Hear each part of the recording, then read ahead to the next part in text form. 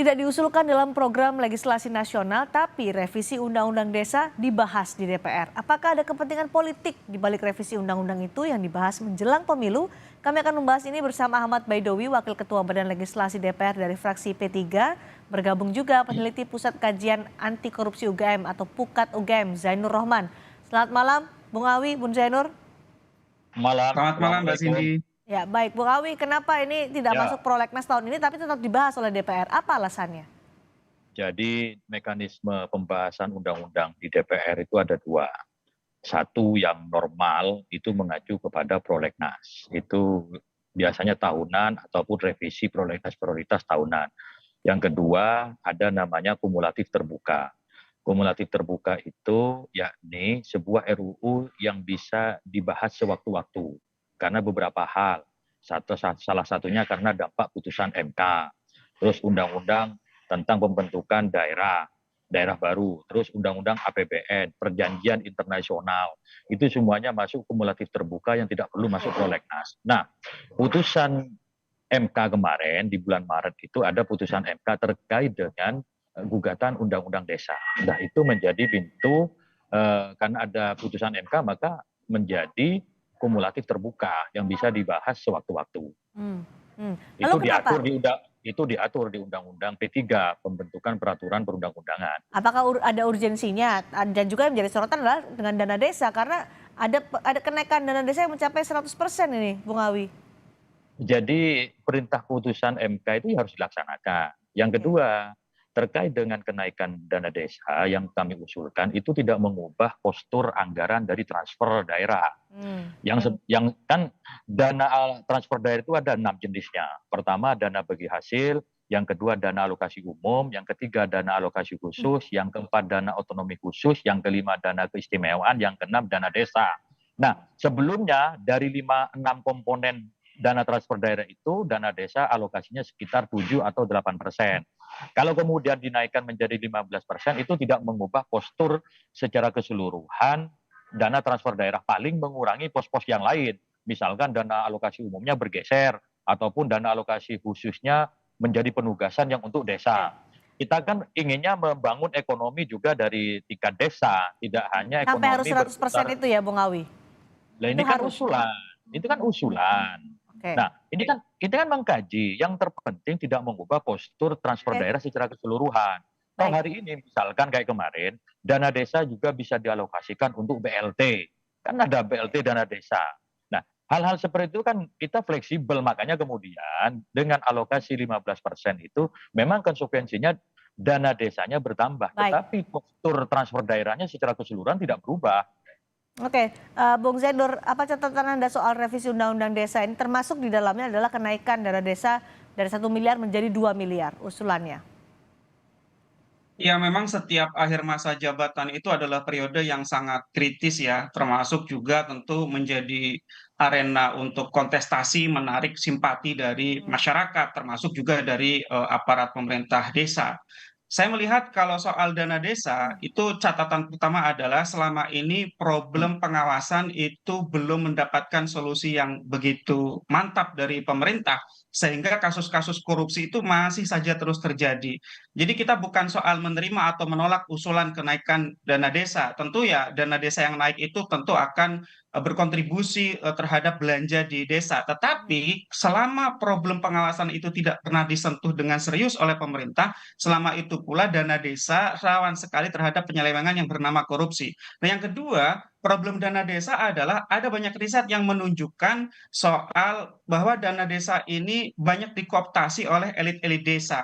Jadi dana desa, menurut penelitian yang saya baca, ada dua penelitian mutakhir, salah satunya Q1, hmm, itu belum berkontribusi untuk menghilangkan atau mengurangi ketimpangan. Jadi justru dana desa itu menyumbang ketimpangan yang sangat lebar di desa. Yang kedua, kontribusinya untuk mengurangi kemiskinan itu juga sangat kecil.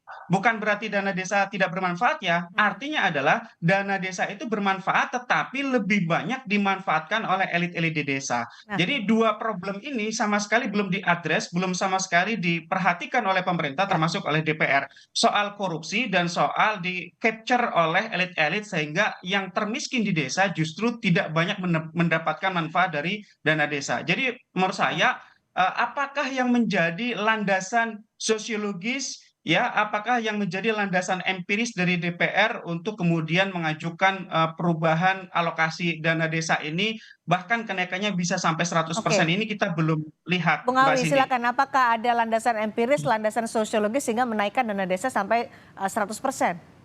Jadi dalam menyusun undang-undang itu ada landasan filosofis, ada landasan yuridis, ada landasan sosiologis.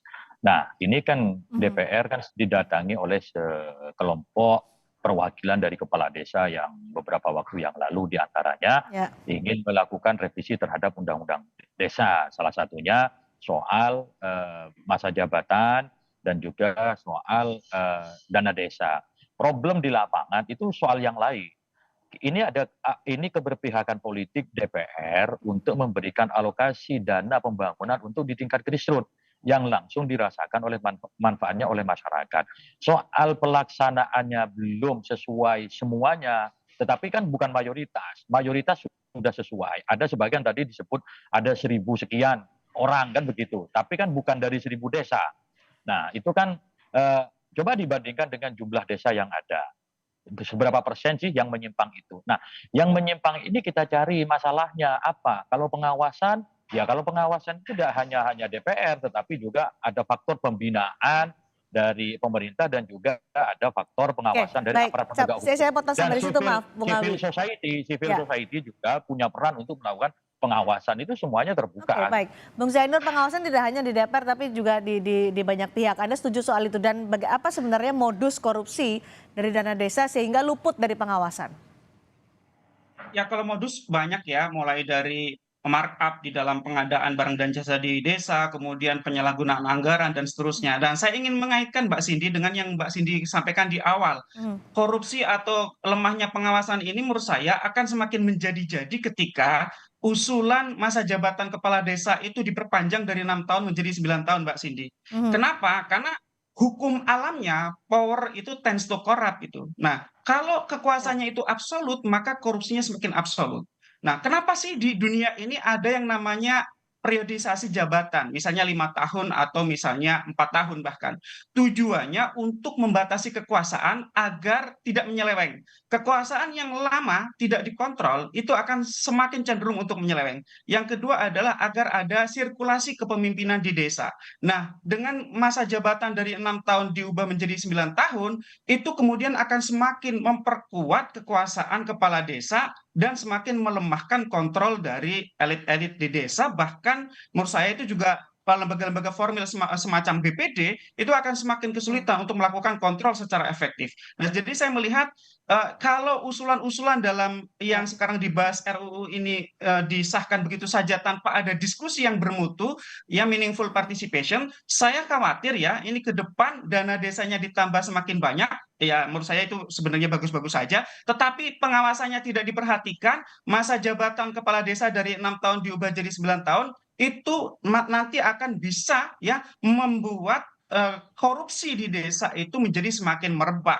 Nah, Oke. kalau kita lihat misalnya putusan MK yang terakhir, Ya. putusan MK yang terakhir itu kan misalnya tentang masa jabatan ketua KPK, dikatakan dari 4 tahun menjadi 5 tahun biar tidak diskriminatif. Nah, kenapa sekarang justru DPR itu mengusulkan sesuatu yang sangat diskriminatif, berbeda misalnya dengan gubernur, dengan bupati, dengan presiden. Apa yang menjadi pembeda dari jabatan kepala desa dari 6 tahun diubah menjadi 9 Oke. tahun yang itu akan semakin mengurangi kesempatan untuk melakukan koreksi. Ya kalau kepala desanya baik itu ya, kalau kepala desanya tidak baik dan kemudian tidak bisa diganti sampai 9 tahun, itu kan kemudian akan sangat Potensi ya. sayang desa kemudian mendapatkan kepemimpinan yang buruk, Mbak Cindy. Oke, jadi Bung Zainur karena ini masih dalam usulan DPR menjelang pemilu legislatif juga 2024, saran Anda bagaimana untuk pembahasan selanjutnya di DPR?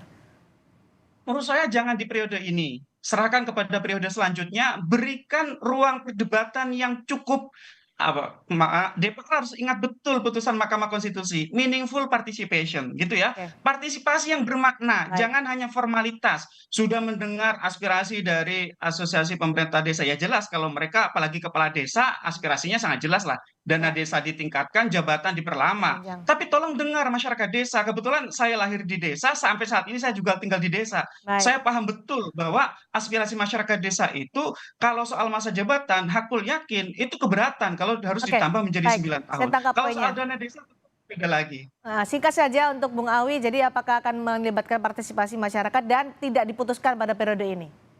Ini masih penyusunan. Oke, Jadi pembahasannya itu nanti, ini baru draft yang akan disusun oleh DPR. baik. Dan kita sudah mendengarkan dari berbagai pihak. Dan ingat, periode utuh jabatan kepala desa itu tidak berubah, 18 Oke. tahun. 6 kali 3 menjadi 9 kali 2. Total sama 18 tahun. Dan MK kemarin ketika meminta 5 tahun ditolak, Baik. diserahkan kepada pembentuk undang-undang karena ini open Oke. legal policy, menjadi kewenangan pembentuk undang-undang. Nah, kita melihat maslahat dan mudaratnya. Selama 6 tahun tingkat konflik di desa itu cukup tinggi. Di dapil saya, Oke. Mbak, kemarin Pilkades Singkat itu saja, waktu kita menyisakan konflik, sangat sempit Bung Awi. iya, menyisakan konflik yang berkepanjangan. Baik. 6 tahun itu nggak cukup untuk menghapus konflik itu. Oke, Oh, secara total tetap 18 tahun. 9 baik. kali 2 dengan 6 kali 3 itu kan sama. Oke, baik. Tujuannya untuk masyarakat desa, tapi diperhatikan juga soal pengawasan karena kenaikan dana desa Ya, sampai 2 kali lipat itu berpotensi ada penyalahgunaan kewenangan dan juga potensi korupsi seperti yang diingatkan oleh Bung Zainur. Terima kasih Bung ya, Zainur, terima kasih juga Bung Awi sudah bergabung bersama kami di makasih. Sapa Indonesia malam hari ini.